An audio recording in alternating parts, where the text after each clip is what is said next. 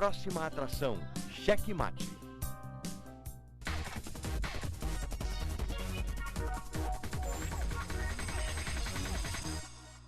Olá, seja bem-vindo a mais um programa Cheque Mate, o seu programa de entrevista semanal produzido por jovens, alunos do curso de Comunicação Social da UFRN. E hoje nós vamos conversar sobre política e também sobre educação e recebemos aqui no estúdio da TV Universitária o professor Robério Paulino. Ele é professor do Departamento de Políticas Públicas e também foi um dos candidatos a governador do estado. Olá, professor. Boa tarde, Bruno. Boa tarde a todos. Seja bem-vindo ao nosso programa Cheque Mate. Muito obrigado pelo convite mais uma vez. E também, para entrevistá-lo, eu conto com os alunos do curso de Comunicação, que são eles: Celina Carvalho, Norton Rafael, Rodrigo Zusa e Rebeca Neves, Lucas Oliveira e Lenise Rocha, e por último, Vinícius Castro e Pedro Moraes. Robério, alunos, telespectadores, para começar o nosso programa de hoje, a gente vai conferir uma breve nota, né, que vai falar um pouco sobre a sua trajetória. Logo mais a gente vem com perguntas, tá certo? Ok. Vamos conferir. Robério Paulino Rodrigues é professor do Departamento de Políticas Públicas da UFRN. Formado em Engenharia pelo Cefet Minas Gerais, bacharel em Economia pela USP e doutor em História Econômica também pela USP, Robério é fundador e dirigente do PSOL, Partido Socialismo e Liberdade, pelo qual foi candidato a prefeito em Natal em 2012 e a governador do RN em 2014, quando obteve a terceira colocação entre 5 candidatos. Robério é o entrevistado de hoje no Cheque Mate. Professor Robério, além da trajetória política, vamos conversar um pouco sobre a sua vida pessoal, né? Porque vai justificar talvez essa sua trajetória. Veio do Rio de Janeiro para Natal, como é que foi essa transição e esse seu vínculo com o Rio Grande do Norte? Minha família é potiguar, né? Meu pai foi militar, serviu aqui em Natal, é do estado, e tenho irmãos que são potiguares, e eu, numa dessas transferências do meu pai para o Rio de Janeiro, nasci no Rio de Janeiro, sou carioca, né, mas de origem de família potiguar. E nessas idas e vindas, né, quando até 13 anos, nós somos 2 ou 3 vezes, meu pai viajou entre Natal e Rio de Janeiro, né, passei uma parte da minha infância lá, uma parte da minha infância em Natal, vivi uma parte da minha infância em Natal. E da última vez que nós voltamos, eu ingressei na antiga ETFERN, hoje IFRN, né, onde fui aluno, fiz ginasial, fiz curso técnico, segundo grau, antes de deslocar para São Paulo, onde fiquei quase 30 anos praticamente. Como foi o seu início dos estudos, a ingresso no nível superior? Olha, eu primeiro tenho boas lembranças do tempo da antiga ETFERN, né? Eu acho que eu estudei na maior parte da minha vida em escola pública. Hoje, infelizmente, né, com poucas exceções como o IFRN, lamentavelmente a escola pública está destruída, né? Você tem aí colégios estaduais que têm 20 anos que não são sequer pintados, professores ganhando um dos piores salários do país aqui no nosso estado, que nos envergonha muito. E eu acho que a escola pública pode voltar a ser boa, eu tenho dito isso no dia a dia, né, na universidade, na campanha eleitoral. Falei muito disso também, nós temos que recuperar o salário dos professores, dos educadores como um todo. Acho que eu devo à escola pública a minha trajetória, né? Não que tenha qualquer coisa contra quem está na escola particular, meu filho hoje em dia está na escola particular, mas eu acho que nós temos que recuperar a escola pública para que ela possa ser boa, e ela pode ser boa, né? É isso. Da minha infância, o que eu tenho são boas lembranças de Natal. De Natal, né? E essa migração para estudar economia e política também, né? Como é que se deu esse seu interesse? A minha área, na verdade, era a área tecnológica. Eu ajudei, talvez vocês não saibam, mas eu ajudei a falar para os cameramen, eu ajudei a instalar nesta TV, tem há praticamente 40 anos, as primeiras câmeras que chegaram na TVU. Quando eu acabei meu curso técnico na antiga ETFERN, hoje IFRN, eu fui convidado para trabalhar no Instituto de Pesquisas Espaciais, aqui do lado, e foi o Instituto de Pesquisas Espaciais que fez a instalação dos primeiros equipamentos da TV universitária. Isso pouco antes de eu ir para São Paulo. Depois eu fiz um concurso, uma seleção, e fui trabalhar no Instituto de Pesquisas Espaciais em São Paulo, né? Trabalhei na área de pesquisa espacial em São José dos Campos, São Paulo, durante alguns anos. Depois trabalhei no Centro Técnico Aeroespacial, participei do lançamento de foguetes aqui na Barreira do Inferno, né? Antes de depois Mas o que aconteceu é que quando eu estava em São Paulo, com a idade de muitos de vocês, eu me vi, digamos, envolvido naquela luta de milhares de estudantes nas ruas de São Paulo contra a ditadura militar, pela anistia, pela volta dos exilados no país, e me envolvi completamente nessa luta de forma muito ardente, sonhando com um mundo diferente, um país mais livre, mais democrático. Apesar de eu ser filho de militar, fui para as ruas para lutar contra a ditadura militar, pela volta dos exilados. E isso, como é que era isso em casa? Eu estava longe de casa, meus pais estavam em Natal, né? Eu estava sozinho em São Paulo.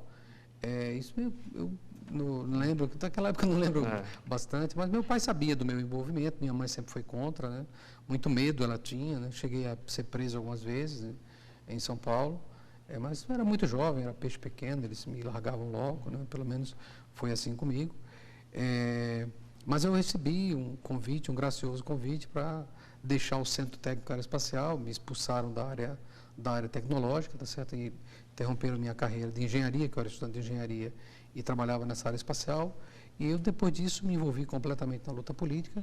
Fiquei vários anos sem estudar, me envolvi na construção inicial do PT, das muitas organizações sociais que surgiram naquele período, do final da década de 70, início da década de 80. Era um período muito envolvente, muito empolgante, muito apaixonante, a luta toda. Nós achávamos ali todos, nós tínhamos a idade de muitos de vocês aqui, que nós íamos virar o mundo de cabeça para baixo, né? E mudamos muitas coisas, acabamos com a ditadura. Talvez não tenhamos chegado, eu sou socialista, não tenhamos chegado onde nós queríamos, né? Mas eu acho que muitas coisas nesse país mudaram, se a gente comparar com o que é hoje, né? Tem muita coisa para fazer, vocês sabem, né? Muita coisa, muito trilha. Eu estava brincando aqui antes que se a minha geração não fizer o que tem que ser feito, vocês acabam a tarefa, né? É um pouco dessa aposta, né? Professor, vamos a uma pergunta. Professor, toda a sua formação marxista, né? O seu pai militar, como o senhor já havia falado, e hoje, dentro do contexto social de hoje, que a gente sabe que o Brasil clama por reforma política, o Brasil pede reforma política, onde que o socialismo pode entrar nesse jogo? Olha, eu digo para você o seguinte, como é seu nome mesmo, é? Noto. Noto, não tem nenhuma estrutura natural ou social que seja eterna. O Império Romano demorou muitos séculos e acabou. O feudalismo dominou a humanidade durante muitos séculos e acabou. O capitalismo é uma sociedade, uma formação social relativamente recente. Tem 250, 300 anos, né? E vai acabar. Pode ser que ela não acabe para o que eu quero, para uma visão socialista, mas ela vai acabar. O meu medo é que acabe para algo pior, mas o que vai acabar, vai. Tá certo? Não existe nada eterno na sociedade. Então, eu acho que nós lutamos aí contra a maré para que a humanidade tenha uma saída. Porque o que a gente vê hoje é um sistema completamente degradador da natureza, a natureza sendo destruída, o sistema que coloca o lucro acima de qualquer outra consideração social, humana, ambiental. O planeta está aquecendo, a atmosfera rapidamente aquecendo, o aquecimento global que você sabe, os polos derretendo, o nível dos mares se elevando muito rapidamente, os rios se assoreando, se aterrando, desaparecido. Nosso interior aqui está virando deserto. Então, eu acho que isso tem que ter saída. Uma desigualdade social imensa, ao mesmo tempo que você vê um celular, WhatsApp, Facebook, então, você vê os computadores aí cada vez mais velozes, você vê a geração de pobreza na outra ponta. Eu não acho que essa seja a sociedade ideal, tá certo? Eu tenho uma visão de uma sociedade mais justa, mais igualitária, e vou continuar lutando por esse sonho. Vamos para mais uma pergunta? Aqui, na cadeira 3. O senhor falou nessa questão ambiental, né? E o senhor é coordenador do projeto chamado Planta Enquanto é Tempo. Exato. E junto com a Prefeitura de Natal está no projeto para plantar 20 mil mudas nativas na cidade. E que na sua campanha eleitoral o senhor falou que ia plantar milhões de árvores no estado. Como está a situação atual do projeto e o senhor ainda pretende levar para frente essa ideia de plantar milhões de mudas nativas no estado?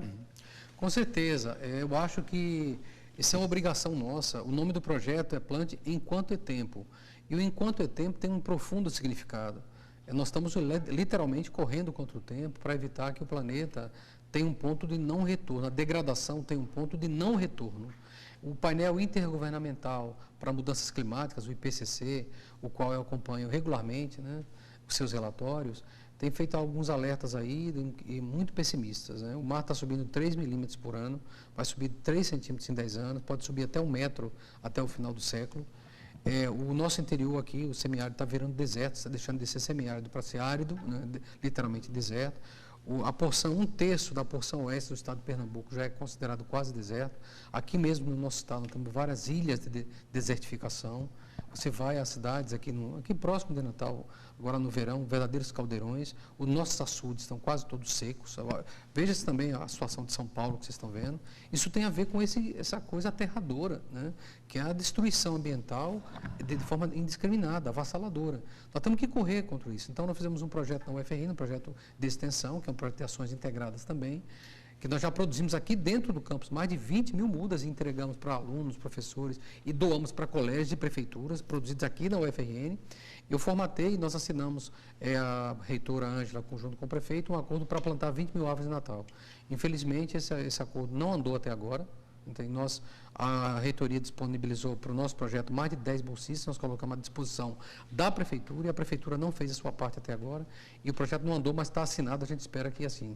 Mas se eu chegasse ao governo do estado, eu disse e faria, nem que fosse com as minhas próprias mãos, nós íamos produzir milhões de mudas para reflorestar o nosso semiárido, consertar um erro dos nossos antepassados, uma agricultura predatória, horizontal, primitiva, né, que foi feita em nossa região, que dizimou, que exauriu a terra, que matou a terra, e que nós temos que consertar esse erro. Eu falo assim, no meu horizonte de vida não der, espero que vocês façam, porque eu não vejo saída para a situação da seca, que não reflorestar massivamente, digamos, o nosso território. Professor Robério, a nossa equipe de produção foi às ruas e o senhor teve um voto significativo, de mais de 8% dos eleitores do Rio Grande do Norte. Nós fomos às ruas para saber alguns motivos de alguns eleitores para ter votado no senhor. Vamos lá, vamos conferir agora no enquete. Robério Paulino foi candidato ao governo do estado pelo PSOL. O professor obteve quase 130 mil votos. Você foi um desses eleitores? Votei sim, e o principal motivo do meu voto, na verdade, foi contra o monopólio que rola aqui no Rio Grande do Norte. De Alves, Maia, dessa sucessão de poder que, na verdade, não muda nada. Então, meu voto foi principalmente para que essa política se renovasse, entendeu? Não, porque eu não conheço ele. Sim, eu votei no Robério porque eu acreditei nas propostas dele, bem como gostaria de tirar as oligarquias do poder, porque estão só revezando e a nova política, cadê? Bom, eu votei no Robério Paulino. O principal motivo de ter votado nele é ter fugido um pouco dessas famílias políticas no poder. Não, porque eu já tinha outro candidato. Sim, eu votei nele porque dos demais que estavam concorrendo, eu vi nele um diferencial que não via nos outros. Não, votei no candidato Henrique, porque eu conheço mais ele. Por esse motivo, eu não conheço muito, nem tenho muito tempo de ver a proposta de Robério, porque eu não assisto muito televisão. Como eu sou professora, meu tempo é muito ocupado, eu vou pela conversa que tem na minha sala. Aí na minha sala eles disseram isso. Meu Deus. Pois é, professor, a gente tem aí um cenário diversificado de votos. Em relação à enquete e também sobre a proposta de uma nova política, né? A gente sabe que tem um cenário aí crescente de votos, que são votos de protesto ou são direcionados para essa nova política estabelecida por alguns candidatos no nosso cenário, inclusive brasileiro. Esse número de votos para o senhor, né, foi para a nova política ou foi para um voto de protesto? Olha, eu quero dizer que, primeiro, eu estou muito feliz com a votação. Eu quero dizer que foram as duas coisas, né? Mas eu não tenho dúvida que nós tivemos os votos daquilo que tem de mais sensato, mais informado e mais politizado no Estado. Nosso voto foi um voto muito qualificado, não foi só um voto de protesto. Foi também um voto de protesto, como nós escutamos, contra essas velhas famílias, mas tinham outros candidatos que também apresentaram proposta de serem o protesto e não galvanizaram, não ganharam esse voto. Exatamente porque nós apresentamos uma alternativa qualificada de debate, de diálogo com a população, de propostas execuíveis, como, por exemplo, a proposta de plantar milhões de árvores, a proposta de acabar com o analfabetismo no Estado em 8 anos, essa vergonha, essa coisa que nos envergonha em pleno século XXI, coisa que os demais candidatos não fizeram ou apresentaram de forma muito abstrata, né? Então, uma coisa que me orgulha, foram 8,74% dos votos no Estado, 22,5% dos votos em Natal, quase um em cada 4 habitantes da capital, ou seja, exatamente a cidade mais escolarizada, mais politizada, mais informada, é que é onde nós tivemos a maior votação. Isso é um sintoma, certo, de que a nossa votação foi exatamente entre aqueles setores mais críticos, mais informados. Se você olhar o próprio tape, você vai ver que, sem nenhum, digamos, desprezo com o que a professora falou, tá certo? Mas, às vezes, quem votou em outros candidatos foi muitas vezes por desconhecimento, por não conhecer a nossa alternativa. E, para mim, um orgulho muito grande, tá certo, que a juventude da UFRN, do IFRN, da UNP, da FASEX, da Maurício de Nassau, em peso abraçou a nossa candidatura. Isso é uma coisa que não tem preço. Professor, a gente tem uma pergunta para o senhor. Como o senhor pretende construir uma imagem para as próximas eleições? Olha, a imagem, a gente não fabrica. Eu não trabalhei, ao contrário dos outros candidatos, que todos tiveram marqueteiros. Nós não tivemos marqueteiros. A nossa campanha foi feita, coordenada por alguns estudantes da UFRN. O meu comitê de campanha eram alguns estudantes como vocês, da graduação, da pós-graduação, que produziram junto comigo os programas, entende? E tudo em base a ideias, nunca a imagens para enganar as pessoas. Nós não tivemos nenhum marqueteiro na nossa campanha. Vou dizer uma coisa para vocês, nós estamos ontem entregamos a nossa prestação de contas, nós fizemos uma campanha de R$30 mil. Alguns oponentes meus fizeram campanha de 30 milhões, 1000 vezes mais. Entende? Ou seja, a nossa campanha foi feita em base a ideias, em base ao convencimento, sem dar R$1 para ninguém. Enquanto eles pagaram aí para as pessoas, uma vergonha, pagar um jovem desempregado, pobre, sem perspectivas, pagar R$20 por dia para ficar segurando uma bandeira o dia inteiro no sol, isso para mim é uma ofensa. A condição humana dessas pessoas. Eu não faria isso nunca, nem fiz, não dei 50 centavos sequer para ninguém, e nós conquistamos o voto do que tem de melhor da população do Natal, ganhamos a eleição em bairros como em Capim Macio. Capim Macio nós ganhamos a eleição do Robson e do Henrique, num bairro ultra elitizado. Professor Roberto, a gente vai precisar fazer um intervalo agora, e você de casa não sai daí, já a gente volta com o segundo bloco do programa Cheque Mate. Voltamos com o segundo bloco do programa Cheque Mate e nós continuamos a conversar com o professor Robério Paulino. Professor Robério, a gente no bloco anterior estava conversando sobre a sua plataforma, né? Candidatura inclusive para prefeito e depois para governador. Mas olhando o panorama do cenário político no Rio Grande do Norte, nós temos alguns professores que estão se engajando na política, como a professora Eleika, a professora Amanda Gugel, né? E segundo a sua opinião, né? Qual o motivo mesmo desses professores estarem sendo, né, na verdade, candidatos e almejando cargos políticos? Talvez, Bruno, seja uma consciência da importância que a educação deve ter para um país e para um Estado, né? Eu, como professor, eu tenho estudado muito exemplos internacionais de desenvolvimento econômico e social. Por exemplo, eu tenho um projeto de pesquisa que a gente estuda as estratégias de países como Coreia do Sul, Japão e outros países, o que eles fizeram, em países anteriormente, como os próprios Estados Unidos, os países europeus, o que eles fizeram no passado para saírem de países pobres para serem países ricos, porque nem sempre foi assim, né? Mas será que são estratégias seguras mesmo da gente fazer essa comparação? Eu acho que sim, porque a questão da educação é fundamental. Olhem só, eu volto daqui a pouco à questão dos professores para responder diretamente a sua pergunta. O que o Rio Grande do Norte produz hoje? Vamos somar comigo. Melão, camarão, sal, tem cana-de-açúcar. A Coreia do Sul é um país de 1% do território brasileiro, do tamanho. O que eles produzem? Chips, tem satélites, tela de LCD, tecnologia. E em 1960, a Coreia do Sul era um país de analfabetos. Eles fizeram um plano para acabar com o analfabetismo em poucos anos e acabaram. Investiram pesadamente em educação. Não há futuro para o Brasil, para o Rio Grande do Norte, sem educação.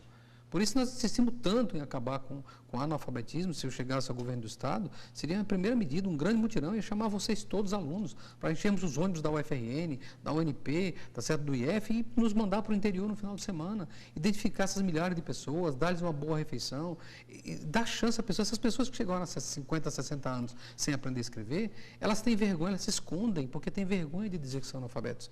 Nós teremos que dar-lhes uma chance de poder, digamos, se escolarizarem. Inclusive, muito jovem, gente aí que você vê no meio da rua limpando para-brisa de carro, as pessoas hostilizam essas pessoas, lamentavelmente, essas pessoas têm que ter uma chance e não ser hostilizadas em cada sinal de trânsito, entende? De poderem voltar a estudar. Então, termina. Então, respondendo a sua pergunta, eu acho que a entrada dos professores na política não é intencional, não é uma coisa planejada, mas reflete a força organizada, tá certo? Mas eles são confiáveis para representar realmente essa categoria? Olha, eu acho que eu não posso falar por eles, tá certo? Eu conheço muito a Amanda Gurgel, nós fizemos uma frente conjuntamente com os companheiros do PSTU aí em 2012, eu acho que a eleição da Amanda Gurgel foi uma grande conquista para o Estado. Às vezes as pessoas têm uma expectativa muito grande que ela mude sozinha as coisas, quando ela está sozinha quase, ou com poucos aliados dentro da Câmara Municipal, dentro de uma maioria conservadora, é muito difícil as mudanças, mas eu acho que é importante que se eleja não só a Amanda, que se elejam outros trabalhadores, servidores públicos, operários, jovens. Eu acho que a juventude precisa dar um passo em frente, em vez de rejeitar os partidos, entrar nos partidos para tirar esses velhos políticos, fazer outra forma de fazer política. Então, eu acho que dos professores, quando respondendo a sua pergunta, o fato de outros professores estarem aí na luta política, expressa a força organizada e a importância que a sociedade começa a dar ao tema da educação. Ok, vamos a mais uma pergunta. Professor, os seus maiores redutos eleitorais, digamos assim, foi Natal, maior, e a cidade do interior como Currais Novas, onde o senhor teve quase 12% dos votos.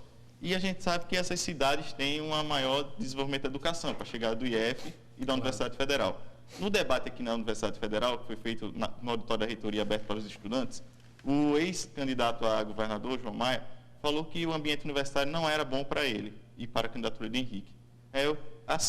O senhor teve essa votação expressiva, assim como a candidata Fátima Bezerra também teve nas cidades onde os IFs e as universidades federais estão incutidas. Aqui o senhor reflete que seja isso. Olha, eu acho que a juventude, jovens como você, a juventude, digamos assim, o tambor é a antecipação das grandes transformações sociais. Eu fui jovem como vocês, como falei, fui para as ruas para lutar, para derrubar uma ditadura e nós conseguimos, né? Eu acho que a juventude, ela sempre se antecipa aos movimentos, é uma sinalização de antecipação das grandes mudanças. Em junho do ano passado, nós tivemos aí milhões de jovens nas ruas do Brasil, né? Aqui em Natal eu participei das manifestações, talvez tenha sido dos candidatos a governador um dos dois únicos, talvez junto com a Simone, a estar nas ruas junto com os jovens. Fui tirar alunos meus aqui da UFRN, da cadeia, daquelas manifestações, varei madrugada com o pessoal na cadeia para até tirá-los da cadeia junto com a OAB.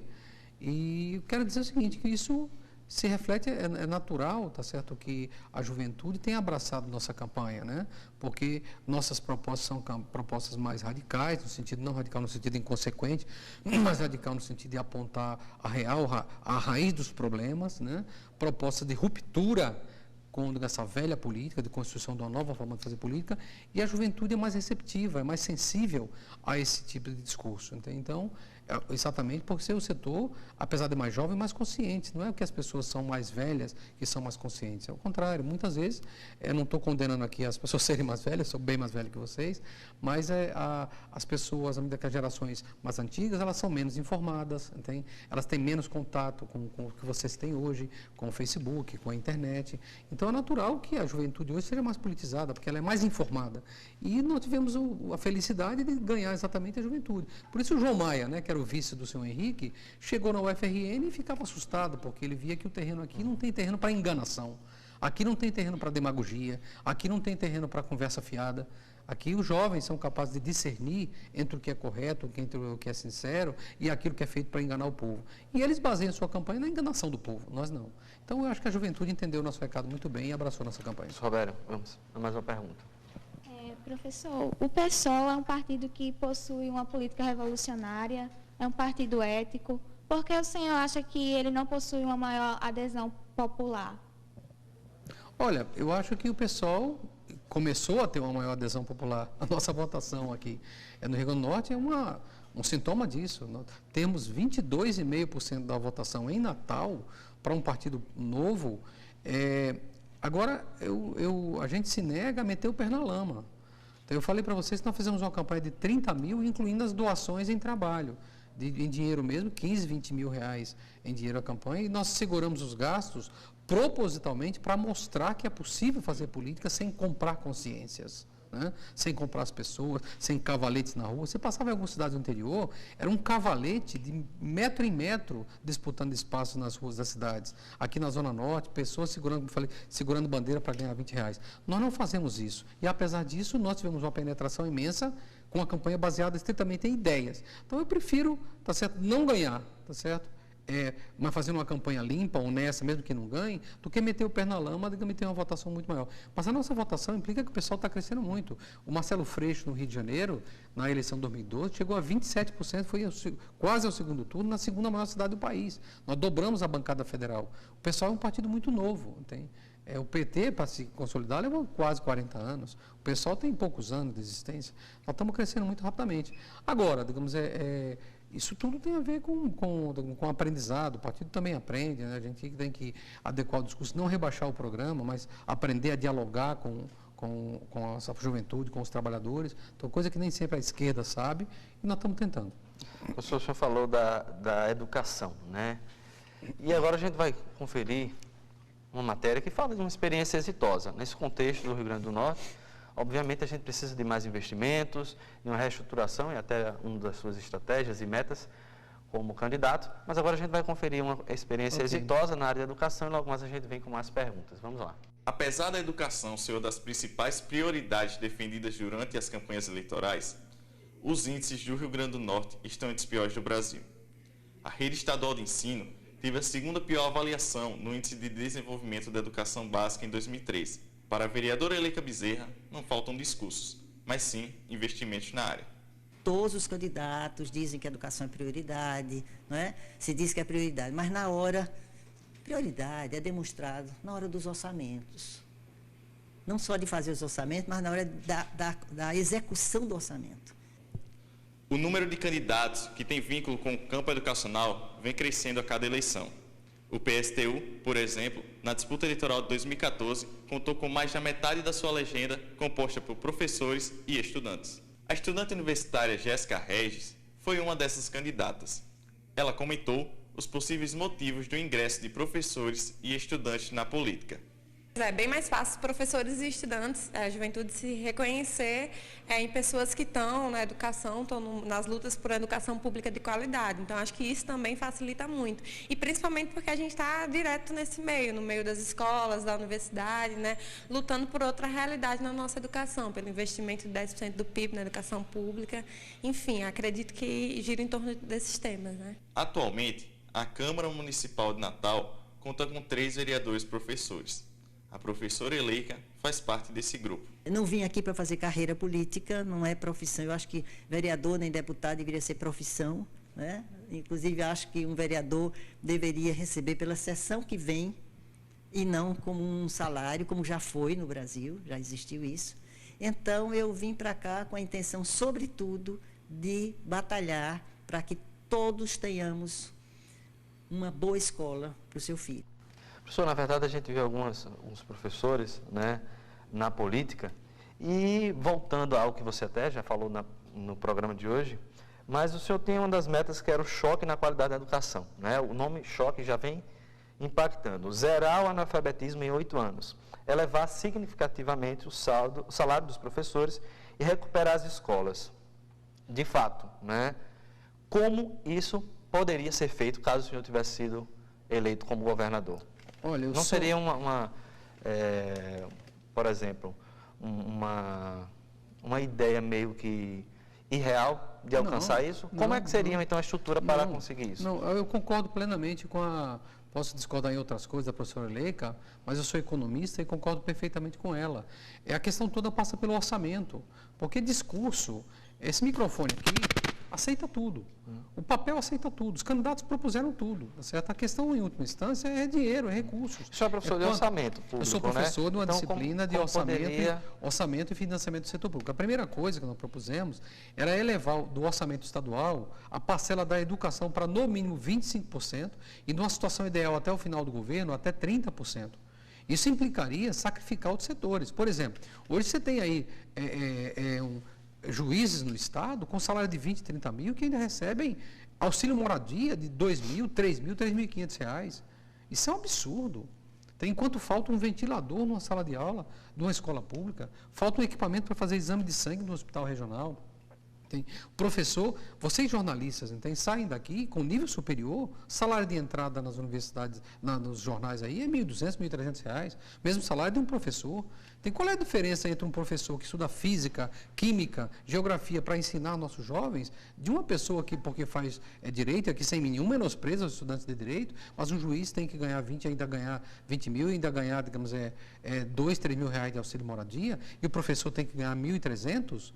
Por quê? A graduação não tem essa diferença, digamos, do professor ser melhor do que o jornalista, ou o advogado ou o médico ser melhor do que o jovem que estuda geografia ou física para ensinar na escola. E o que está ocorrendo é que os melhores profissionais não querem ser mais professores. Nós temos que elevar, sim, o salário dos professores. Você vê no Japão, o único profissional que não precisa se curvar perante o imperador é o professor.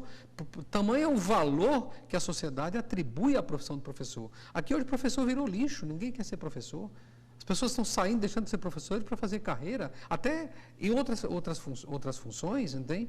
Porque se sentem desvalorizados, alunos agredindo professores na sala de aula, tem salas com 40, 50 alunos, professor tendo que trabalhar em 3, 4 escolas, às vezes, para completar o salário, para sustentar sua família, tendo que corrigir provas, às vezes, às pressas à noite, né? Sacrificar seu sono ou o tempo de sua família para chegar no outro dia de manhã com a prova corrigida na escola.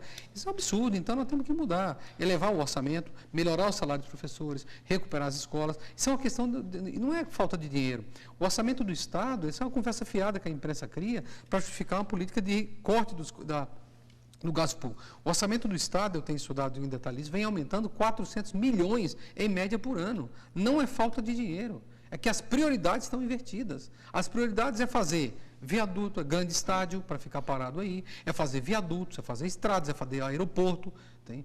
Ou seja, dá dinheiro, essas grandes obras, e aquilo que é essencial, que é a educação, que é a saúde, não se prioriza. Essa é a questão. Então, ok. Professor, vamos a mais uma pergunta. Professor Roberto Paulino, o que o senhor espera do governador eleito e quais setores, além da educação, ele deve focar?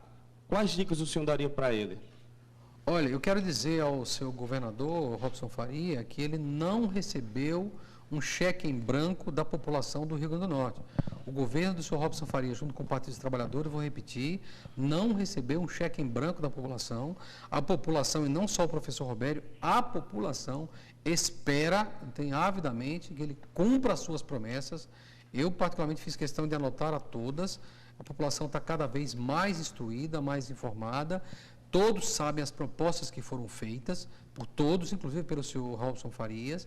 Eu torço que ele possa cumprir as suas promessas, as suas propostas, e que as cumpra, tá certo? Porque a população, assim como rejeitou o senhor Henrique Eduardo Alves, um conjunto de ex-governadores, 18 partidos que estavam por trás deles, o PMDB, o DEM, o PSB, esse grande acordo que havia, né? Os rejeitou, tá certo? Rapidamente vai passar a rejeitar o novo governador se ele não cumprir suas promessas. Então, o que eu espero dele é que ele realmente cumpra aquilo que prometeu, não porque por uma questão moral de que ele tem que cumprir, mas porque é uma necessidade. Recuperar imediatamente a saúde do Estado, os hospitais regionais, melhorar o salário dos professores, recuperar as escolas, ter um plano de choque de recuperação da segurança, chamando os policiais, rediscutindo esse modelo militarizado de polícia militar que nós queremos discutir, né? Abrindo essa discussão, ao mesmo tempo assegurando a segurança de fato para a população. Tudo isso é o que a população espera. A população, repito, não deu um cheque em branco para esse governador eleito. Então, ele tem essa conversa de que muitos governantes têm quando chega lá, vou levar um ano inteiro para arrumar a casa. Isso é conversa fiada, desculpe, mas é isso mesmo, para não fazer aquilo que tem que ser feito. A população espera medidas imediatas e é o que eu espero também. Professor Robério, alunos, a gente vai para um breve intervalo e já a gente volta com o terceiro bloco, o terceiro e último bloco do programa Cheque Mate. Até já.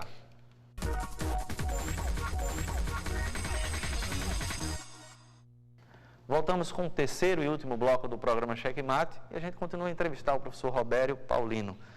Professor, candidato eleito, no caso do nosso governador, Robson, está feliz com o resultado? Os Alves saíram do poder? Olha, eu estou feliz com a saída dos Alves, dos Maia, aí, né? Apesar que eles vão continuar no Estado, né? apesar de dizer que, como eu falei, considero o senhor Robson Farias fruto dessa mesma velha política, tá certo? Originário desse mesmo meio, espero que ele, essa guinada que ele disse que deu, né, no último período, tá certo? E essa aliança aí com o Partido dos Trabalhadores renda algum fruto. Eu sou muito cético, não vejo grandes mudanças que ele possa fazer, mas torço que faça, né? E vou cobrar que faça. Vamos construir uma oposição de esquerda muito atuante no Estado. Eu acho que vai ter um terceiro turno, e esse terceiro turno vai ser nas ruas, né? Você pode ter certeza que aquelas manifestações que existiram ano passado nas ruas de Natal, elas vão voltar a ocorrer. Tem como muitas greves, manifestações sociais, e eu vou estar solidário quanto a essas lutas sociais. Eu não acredito que as coisas aconteçam, as mudanças ocorram apenas por eleição, né? A luta e as mudanças não se restringem a uma urna eleitoral. Eu acho que as mudanças o que a história humana mostra é que as grandes transformações na humanidade ocorreram a partir das manifestações, das mobilizações sociais. Então, eu faço um chamado, inclusive, aqui, especialmente os jovens que estão nos assistindo, aos professores, trabalhadores, em geral, deem um passo em frente. Então, eu sei que essa política que está aí, é uma política muito desacreditada, mas existem outras formas de fazer política. No dia a dia, no seu centro acadêmico, no seu sindicato, criando organizações na sociedade civil. Essa política é a que conta, a que mais conta. Política real do dia a dia, né? Exatamente. Vamos mais uma pergunta. Professor, nós falamos sobre o destaque maior nas candidaturas de alunos e professores. Isso se deve também às mídias, novas mídias, que abrem a pluralidade, né, para os eleitores. E o que o senhor diria da influência hoje da mídia no voto? Olha, eu tenho dito a alguns colegas, amigos meus da área de comunicação como vocês, que eu acho que o monopólio das comunicações, felizmente, está sendo quebrado. Que as transformações tecnológicas no mundo, a revolução da informação, como chamam vários autores, Castells, por exemplo, Manuel Castells, né, que trabalha muito isso. Eu acho que está quebrando esse monopólio, não que tenha quebrado o monopólio dos principais organismos de imprensa, os jornais. Nós vemos que os grandes jornais aqui em Natal, as televisões, fora aquilo que eles foram obrigados a nos convocar, porque a lei obriga, eles sempre nos deram pouquíssimo espaço. Então, esses grandes veículos de comunicação continuam sendo monopólio de famílias, de grupos empresariais. Mas as redes sociais têm sido um canal fundamental que cresce muito rapidamente, entende? E que está quebrando o monopólio da informação. Nesse sentido, cumpre um papel revolucionário.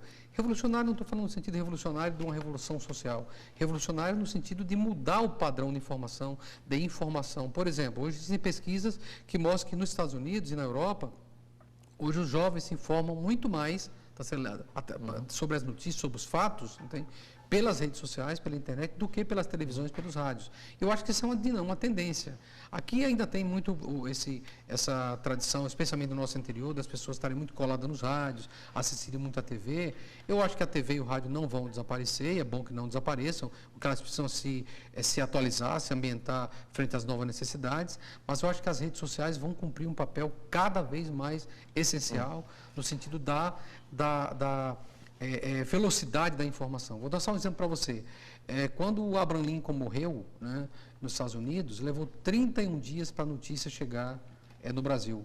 13 dias, se eu não me engano, para a notícia chegar na Europa. Hoje, se acontecer um tsunami no Japão, agora, daqui a 13 minutos, o mundo inteiro está sabendo. E as redes sociais estão sendo mais rápidas do que os próprios veículos de comunicação. No início do programa, você disse que não faz a política da rua, por exemplo, em função de orçamento, em função... E agora a gente está vendo um cenário, que o senhor inclusive fala de uma repercussão internacional e, obviamente, todos nós estamos vendo esse cyberativismo. Então, a sua plataforma, e a julgar, é a pergunta que eu faço, os votos ou os votantes no senhor, sendo esses alunos, foi um objetivo de trabalhar no cyberespaço e para ir para as ruas? Sim, então, consciente. Foi uma questão consciente. Foi consciente. Eu acho que a nossa votação ela se deveu às redes sociais, à nossa campanha nas redes sociais, mas não só a que nós fizemos, a que os jovens que abraçaram a nossa campanha fizeram. Milhares de estudantes da UFRN, da UNP, da FACEX, do IFRN, abraçaram a nossa campanha, gente que a gente nem conhecia. Abraçaram e fizeram a nossa campanha sem ganhar R$1, por consciência. E atuaram, militaram. Eu fui no Alecrim muitos sábados, e encontrava às vezes senhoras de 60 anos que diziam: professor, vou votar no senhor porque meu neto pediu. Então o senhor teve uma aposta em um público-alvo direcionado. Nós apostamos centralmente a nossa campanha sobre a juventude. Nós fizemos de forma planejada a campanha sobre a juventude, esperando que a partir da juventude, a juventude fizesse nossa campanha e deu certo. Tá, ok. Vamos lá, mais uma pergunta. Professor Robério, com respeito às suas opiniões do seu partido, pessoal, sobre a reforma política e a participação dos conselhos populares, como é que o senhor vê isso?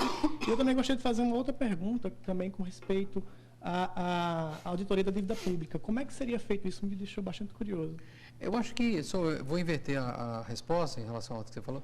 A auditoria da dívida pública é uma questão central no Brasil. Hoje, para você ver, enquanto a educação, a UFRN, fica dentro, se você pegar uma pizza, né, do Orçamento Geral da União, a educação recebe apenas 3 e pouquinho por cento, a dívida pública da União, com o sistema financeiro, chega a 42% dessa pizza.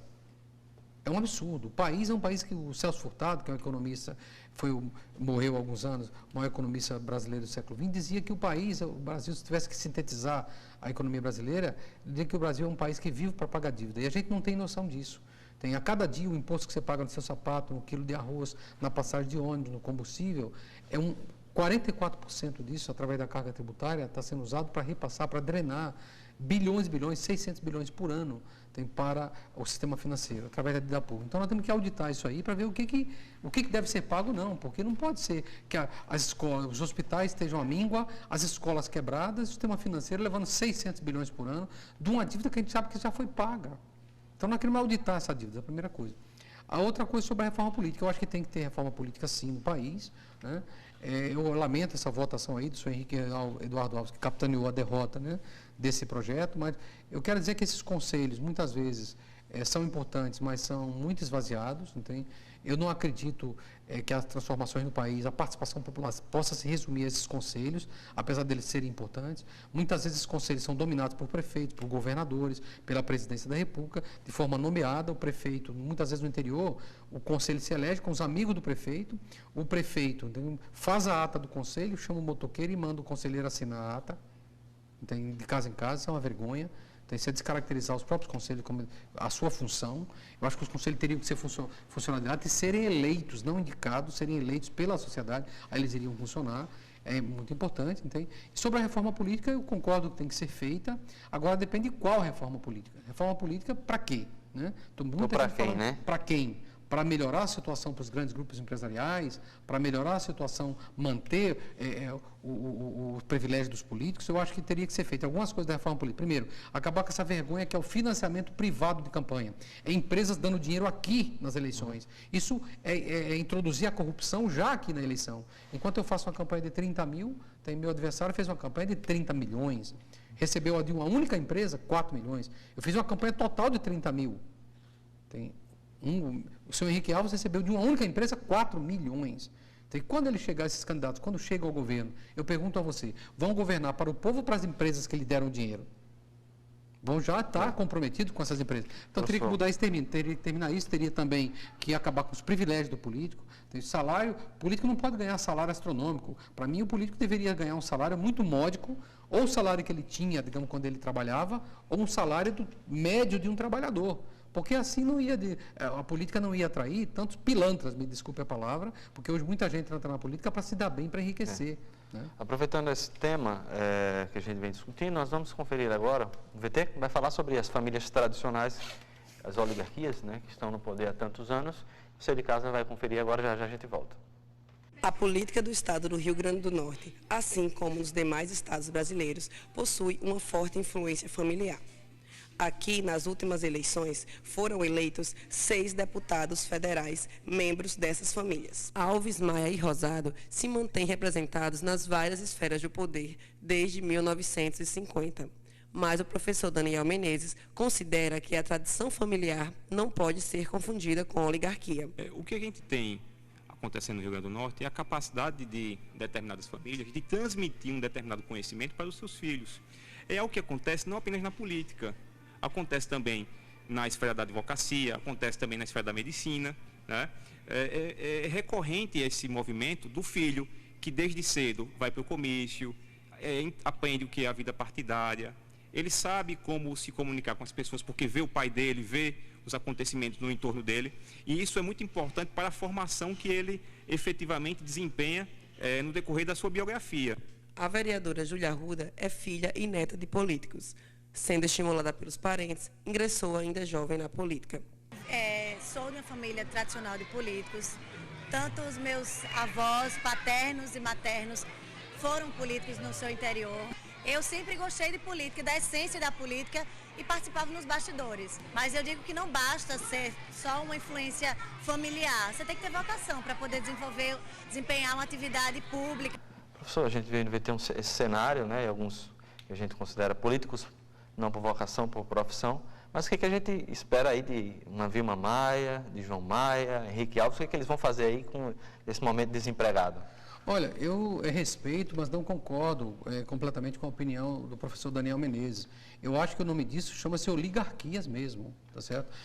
Porque eles falam, não é só porque o pai, o neto, o avô, o pai transmitiu para o filho aquela educação. E aqui tem dinheiro envolvido.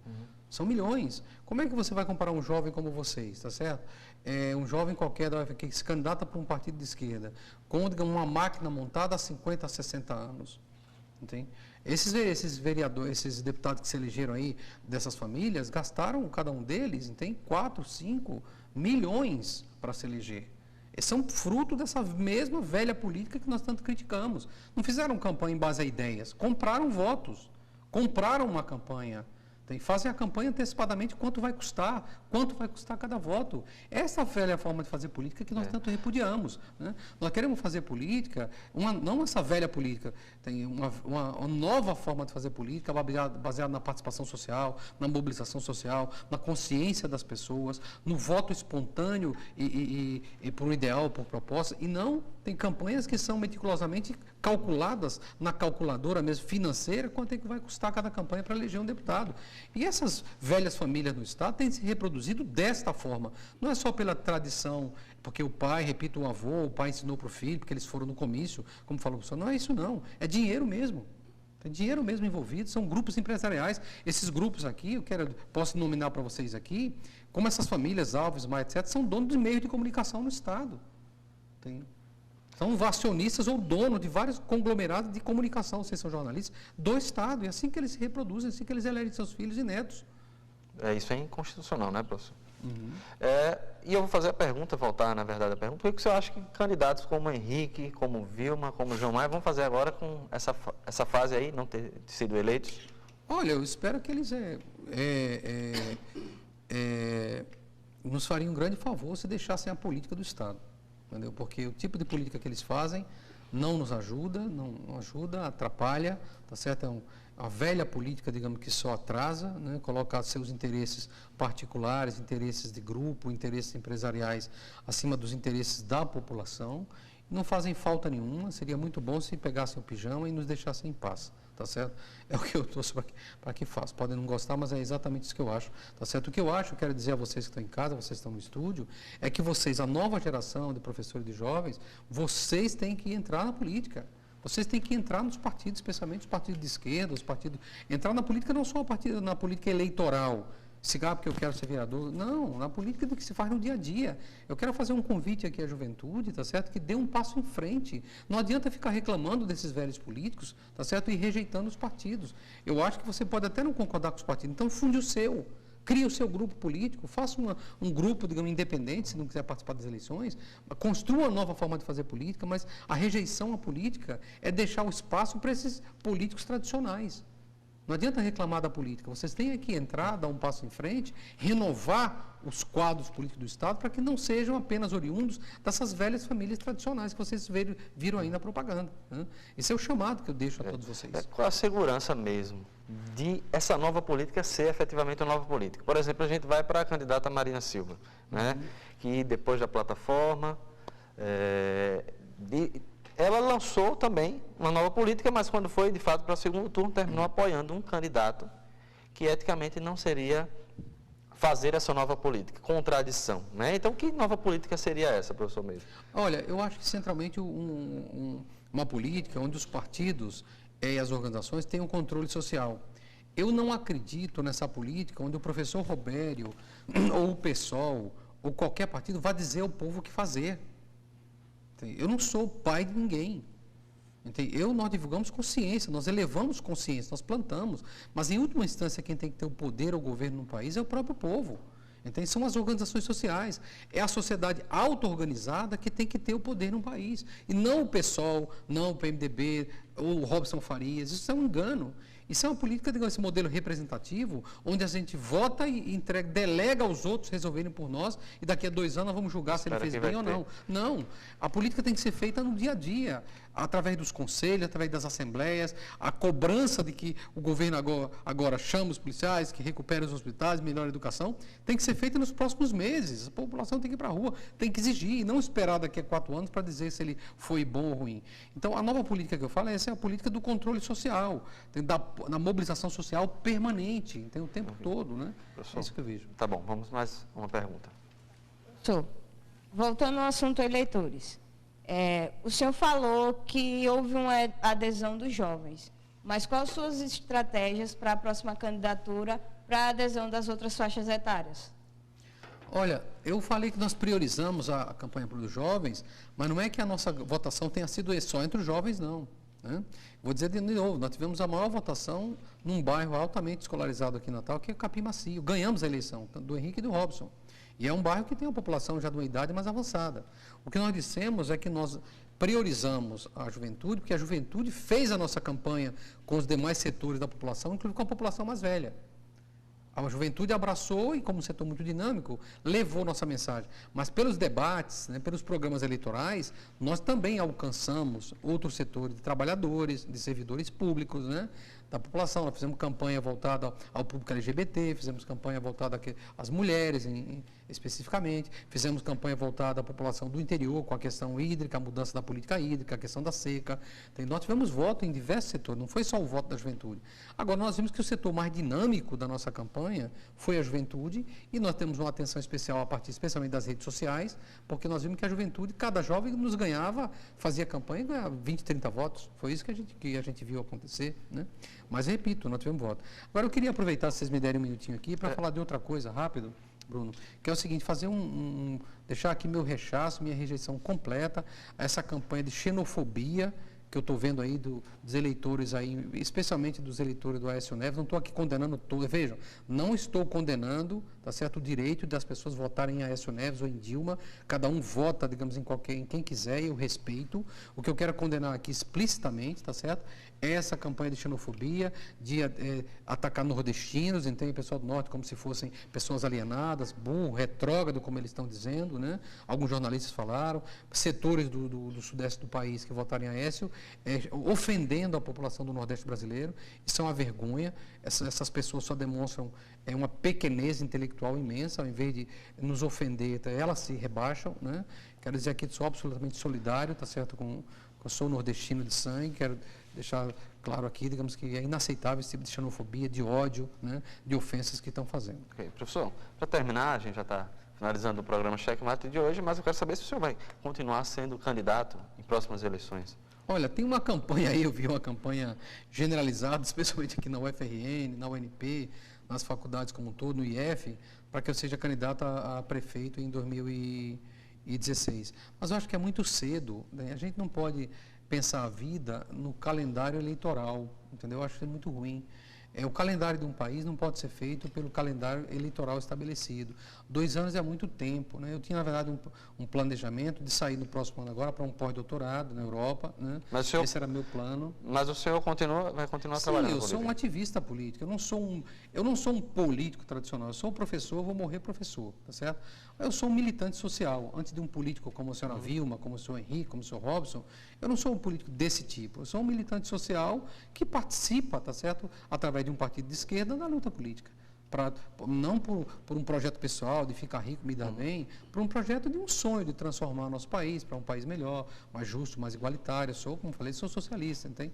Então a gente faz isso por um ideal, como muitos de vocês fazem ou vão fazer. Mas é muito cedo, tá certo, para a gente pensar em 2016. Muito obrigado pela entrevista de hoje, O nosso tempo está finalizando, realmente esgotado, mas agora eu vou chamar um convite que o aluno vai passar para você, o aluno Norton. Confira agora. É isso, professor Bruno. O programa Checkmate está acabando, mas ele continua com matérias exclusivas e especiais na internet. Basta acessar o nosso site, que é www.programacheckmate.blogspot.com. Obrigado, Norton. E você de casa, muito obrigado pela audiência do programa Checkmate de hoje. A gente se vê na próxima semana com mais um programa de entrevista feito para você. Muito obrigado, até lá. Tchau.